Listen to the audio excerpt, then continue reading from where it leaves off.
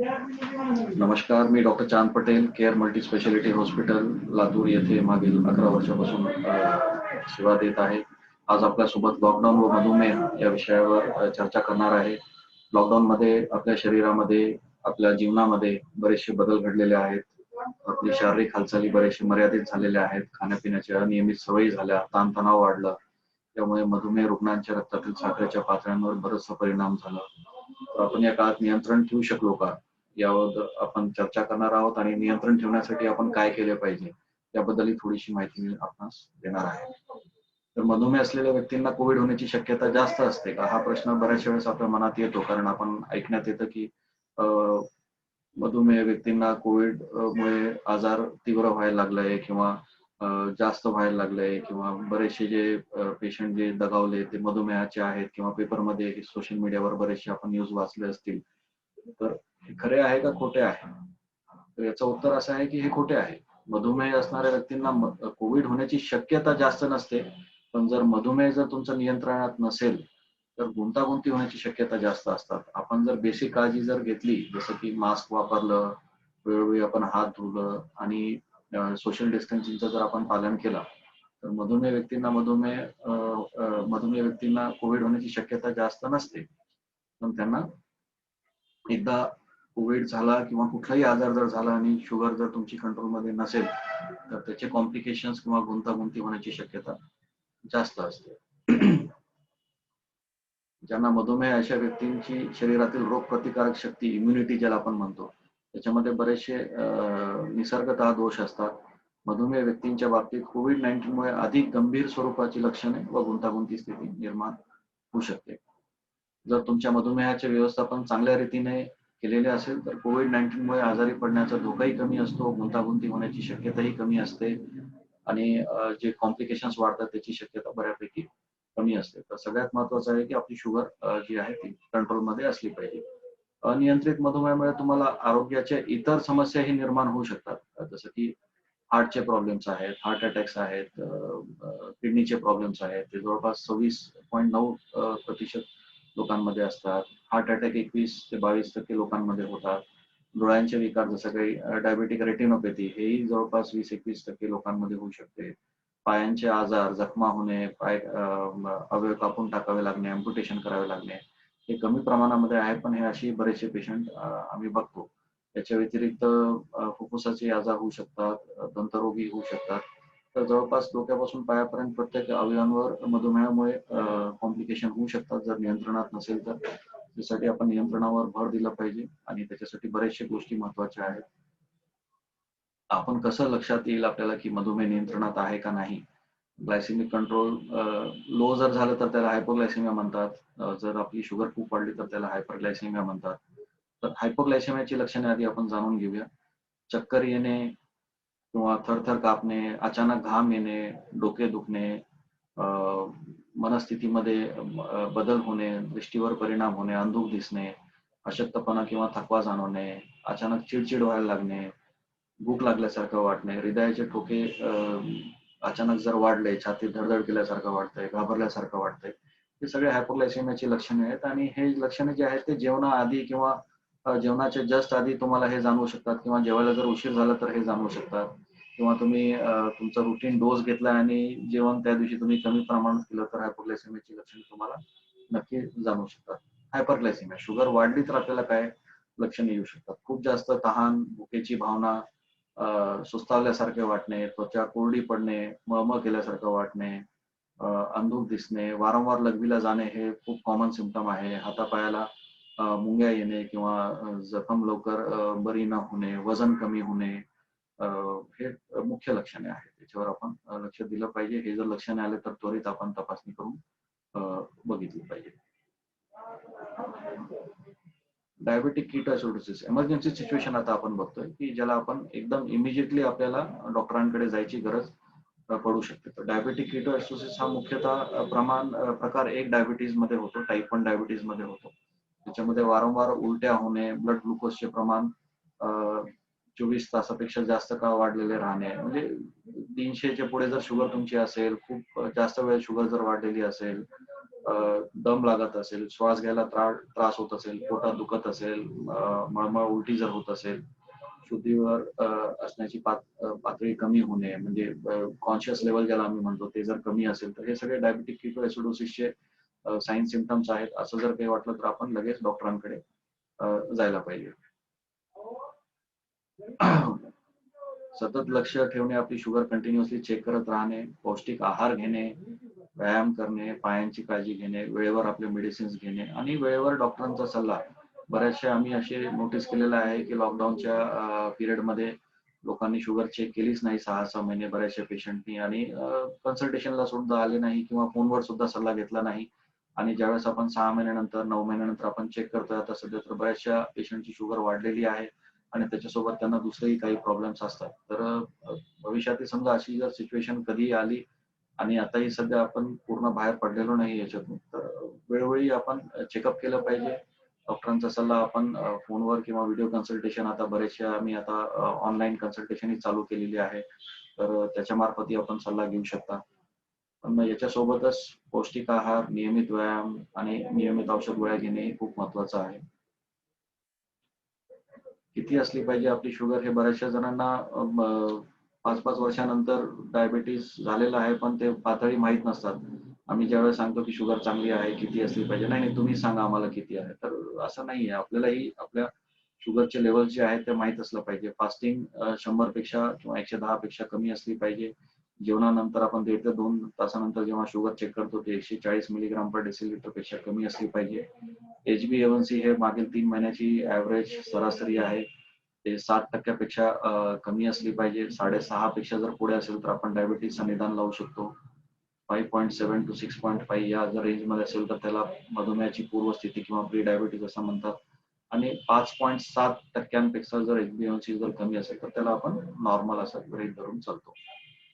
पोषक आहार घेतला पाहिजे, योग्य खाल्लं पाहिजे, आरोग्यदायी आहार घ्यायला पाहिजे, भरपूर पोषक घटक असलेले फायबर असलेले पदार्थ आपण घेतले पाहिजे, ज्यात चोथा जीवनसत्वे व खनिजे असतील. बाहेरून घातलेली साखर, सोडियम, मिठाचं प्रमाण, आरोग्याला घातक चरबी कमी प्रमाणात आपण घेतलं पाहिजे. गोड पूर्णपणे बंद असलं पाहिजे, मिठाचं प्रमाण कमी असलं पाहिजे आणि जे फॅट आहे, तेल, तूप, तेलकट पदार्थही आपण कमी घेतले पाहिजे.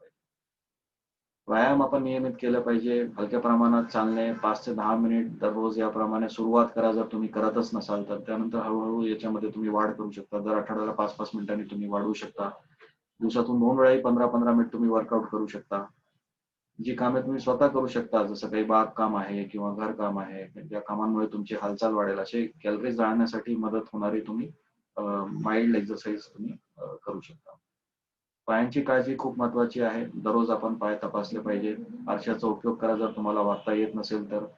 तुमच्या पायांची आणि पावलांची रंग दररोज तुम्ही तपासली पाहिजे. काळसर दिसत असेल, लालसर दिसत असेल तर तुम्ही डॉक्टरांना प्रत्यक्ष येऊन भेटू शकता किंवा मोबाईलवर सुद्धा तुम्ही WhatsApp किंवा बाकीचे ऍप्स येऊन फोटो पाठवू शकता, मेल करू शकता जर येणं शक्य नसेल तर. पावले दररोज धुवावी व कोरडी करावी. लोशन रात्रीच्या वेळेस तुम्ही लावू शकता, जेणेकरून त्वचा तिथली कोरडी होणार नाही आणि तिथं भेगा पडणार नाहीत, तर मऊ राहतील त्याच्यामुळे. तुमच्या पायमोजे दररोज बदलायला पाहिजे. पायांचा चांगला आधार देणारे बूट घालायला पाहिजे. नखे सरळ रेषेत तुम्ही कापायला पाहिजे. कोपऱ्यातून डीप कट नाही केलं पाहिजे, नाहीतर मग त्याच्यामुळे इनग्रोईंग टोनेल्स हा प्रकार होऊ शकतो. अति थंड किंवा उष्णता तुम्ही टाळले पाहिजे. ओव्हर द काउंटर, OTC अशा प्रकारचे अनेक मेडिसिन्स असतात जे तुम्ही घेतल्यामुळे ब्लड ग्लुकोज वाढू शकते. बऱ्याचशा वेळेस असं निदर्शनास आलेलं आहे की ओव्हर द काउंटर मेडिसिन्स घेऊन स्टेरॉइड्स देतात, पेन किलर्स देतात किंवा बाकीचे काही मेडिसिन देतात, ज्याच्यामुळे शुगर बरीचशी वाढून येते. तुमच्या डॉक्टरांच्या चर्चा केल्याशिवाय तुम्ही कोणतीही औषधे घेऊ नका किंवा थांबू नका किंवा त्याच्यात बदलही करू नका. बऱ्याचशा वेळेस रात्रीचा डोस बंद केलेला असतो, गोळी अर्धी केलेली असते, कधीतरी मनानेच बंद किंवा कमी केलेली असते. असा प्रकार न केलेलं कधी बरं. तुम्ही डॉक्टरांचा सल्ला घ्या, फोनवर देखील घेऊ शकता सल्ला, आणि मेडिसिन तुमची वाटलं तर तुम्हाला काही लक्षणे असतील तर तुम्ही ऍडजस्ट करून घेऊ शकता. मानसिक आरोग्य, ताणतणावामुळे तुमच्या ग्लुकोज पातळीत ही परिणाम होऊ शकतो. तर हे होऊ नये म्हणून आपण काय केलं पाहिजे, तर कृतज्ञ राहा, मद्यपान किंवा धूम्रपान करणे टाळा आणि आरोग्यदायी आहार वाढवा. आशावादी राहा, निरोगी व आनंदी राहा. जर तुमची चिंता, नैराश्य, नियंत्रण पलीकडे गेले असेल असे वाटत असेल तर तुमच्या टेलिहेल्थच्या पर्याय वापरून एखाद्या प्रोफेशनल ऍडवाइस तुम्ही घ्या आणि तुमच्या नेहमीच्या रुटीन प्रमाणे तुमचे कामे करण्याचा प्रयत्न करा. तुमच्या प्रियजनांबरोबर फोनवर बोला. शारीरिक हालचाल वाढवायचा प्रयत्न करा. घरातच करण्यापेक्षा करण्यायोग्य जे व्यायाम आहे ते निवडा. बरेचसे युट्यूबवर किंवा बाकीचे याच्यावर तुम्ही व्हिडिओ जर पाहिले तर तुम्ही घरी योगा, पॉवर योगा करू शकता. आणि मी घरातच कोंडून पडलो आहे अशी मानसिकता बदला आणि आता मला माझ्या घराकडे आणि स्वतःकडे लक्ष देण्याची संधी मिळालेली आहे असा विचार करा. वैद्यकीय सल्ला वेळोवेळी घ्यायला पाहिजे. पुढील परिस्थितीत वेळेवर सल्ला घ्या. ग्लुकोज पातळ्या बिघडले असतील, खूप वाढले असतील तर तुमच्या दृष्टीत जर बदल झाला असेल तर पायात मुंग्या किंवा अजून काही पायांचे काही तुम्हाला लक्षणे जर जाणवत असतील ज्याला आपण पेरिफेरल न्यूरोपॅथी म्हणतो किंवा पावलांच्या त्वचेच्या समस्या असतील तर तुम्ही डॉक्टरांचा सल्ला घेतला पाहिजे. तुमच्या नेहमीच्या ठरलेल्या अपॉइंटमेंट चुकवू नका. वेळोवेळी आम्ही मेसेजेस पाठवत राहतो. कधी कधी फॉलोअप चुकलं तर मेसेज येणं बंद होते पण आपणही स्वतः फाईल उघडून बघितलं पाहिजे. तारीख कधी होती, तारीख निघून गेलेली आहे का आणि आपण कधी लास्ट फॉलोअप घेतलेला आहे. तर वेळोवेळी फॉलोअप ही खूप महत्वाचं आहे. आणि जर तुम्ही आजारी असाल तर तुम्ही काय केलं पाहिजे. बाकीचे असं नाही की फक्त कोविडच एक आजार आहे. बाकीचे भरपूर आजार होऊ शकतात. भरपूर पाणी आपण किंवा लिक्विड्स घेतले पाहिजे. तुमच्या ब्लड ग्लुकोज कडे सतत लक्ष ठेवा. नियमित तुमच्याकडे जर ग्लुकोमीटर असेल तर चेक करा. त्याचं जे चार्ट आहे किंवा लॉग आहे ते तुम्ही वेळोवेळी डॉक्टरांना पाठवा. तुमची टेम्परेचरही तुम्ही कंटिन्युअसली चेक करा. जर तुम्ही इन्सुलिन घेत असाल तर किटोन्स पण तुम्ही चेक करू शकता. Urine ketones. तुमच्या आरोग्य सेवा टीमने दिलेल्या जे काही इन्स्ट्रक्शन्स आहेत तुम्ही ते फॉलो करा.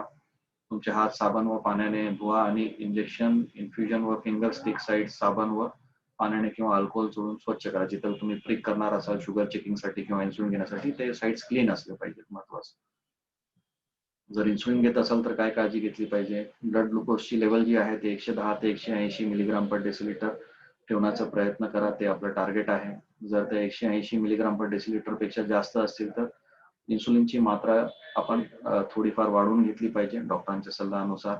ब्लड ग्लुकोजची चाचणी दर 4 तासांनी केली पाहिजे. विशेषतः जर ब्लड ग्लुकोज पातळ्या खूप जास्त असतील 200, 300, 250 किंवा 300च्या पुढे जर असतील आणि किटोन्स आपण चेक केलं पाहिजे. जर 270 पेक्षा जर पुढे असेल तर किटोनसाठी आपण युरिन स्ट्रिप्स येतात त्याच्यावर आपण ते चेक करू शकतो. हायपोग्लायसिमिया जर झालं, शुगर जर लो झाली 70 मिलीग्राम पर डेसिलिटर पेक्षा जर कमी आली तर आपण त्याला कसं हँडल करू शकता. जर तुम्हाला रक्त शर्करा कमी झाल्याचे जाणवले तर ग्लुकोजच्या गोळ्या घ्या किंवा बिस्किट घ्या किंवा साखर घ्या किंवा साखर जास्त असलेले अन्न पदार्थ घ्या. शक्य असल्यास तुमची रक्त शर्करा चेक करून घ्या. रेस्ट करा. नेहमी तुमच्याजवळ ग्लुकोजच्या गोळ्या किंवा खूप जास्त साखर असलेले पदार्थ कॅडबरी म्हणा किंवा खडी साखर म्हणा काही आपण सोबत नेहमी ठेवलं पाहिजे. कारण लो शुगर हे कधीही होऊ शकतं आणि आपण त्याच्यासाठी फर्स्ट एड किट आपण तयार ठेवलं पाहिजे. जेव्हा लो ब्लड शुगर रक्त शर्करा कमी होते त्याचे लक्षणे कमी होतील किंवा तुमची ब्लड शुगर पातळी स्थिर होईल तेव्हा इन्सुलिनचे उपचार नेहमीप्रमाणे चालू करा. डोस वाटला तर तुम्ही डॉक्टरांकडून ऍडजस्ट करून घेऊ शकता. जर शुद्धीवर असण्याची पातळी कमी झाली असेल किंवा कॉन्शियस लेवल जर कमी झाला असेल किंवा पिण्याच्या परिस्थितीत नसतील, खाण्याच्या परिस्थितीत नसतील पेशंट तर तुम्ही त्वरित त्यांना डॉक्टरांकडे घेऊन जायला पाहिजे आणि अशा वेळेस आम्ही IV ग्लुकोज देऊन हायपोग्लायसिमिया जे आहे ते आम्ही कव्हर करतो. हा माझा व्हॉट्सअप नंबर आहे. माझा ईमेल ID आहे. जर तुम्हाला कधी वाटलं तर या व्हॉट्सअप नंबरवर तुम्ही तुमचे फोटोज किंवा रिपोर्ट्स पाठवू शकता. माझ्या ईमेलवरही तुम्ही मला कॉन्टॅक्ट करू शकता. Prevention is better than cure असं म्हणलं जातं. प्रतिबंध करणं हे नेहमीच अधिक चांगले असते. कोविडसाठी आपण सोशल डिस्टन्सिंग पाळा, मास्क वापरा, वेळोवेळी हात धुवा, घरी राहायचा प्रयत्न करा. खूप आवश्यक असेल तरच बाहेर जा. शुगर तुमची चांगल्या कंट्रोलमध्ये ठेवा तुम्ही. अजूनही कोविड पासून आपण पूर्ण मुक्त झालेलो नाहीये. बऱ्याचशा जणांना इन्फेक्शन अजूनही व्हायला लागलेत, पसरायला लागलेत. लॉकडाऊन जरी उघडत आलं असेल तर अजून काही कोविड संपलेलं नाहीये. काळजी आपण सातत्याने घेतली पाहिजे. जेव्हा तुम्ही घराबाहेर पडता तेव्हा तुमचं मधुमेह नियंत्रणाबद्दल तुम्ही काळजी घेतली पाहिजे. जर तुमच्या मधुमेहाचे व्यवस्थापन चांगल्या प्रकारे केलेले असेल तर COVID-19 मुळे कॉम्प्लिकेशन्स गुंतागुंती कमी असण्याची शक्यता असते. वेळीच योग्य तुम्ही ऍक्शन घ्या, कृती करा, तुमच्या मधुमेहाला नियंत्रित करा, तुमच्या डॉक्टरांचा सल्ला घ्या. शॉर्ट व्हिडिओ मी तुमच्यासाठी आज घेऊन आलेलो आहे. असे बरेचसे short videos, informative videos, educational videos मी भविष्यात तुमच्यासाठी घेऊन येईल. आपण मला ऐकलात आणि जे काही प्रतिसाद दिलाय मला आतापर्यंत आणि त्याच्याबद्दल मी खूप ऋणी आहे आपल्या सगळ्यांचा. Thank you so much.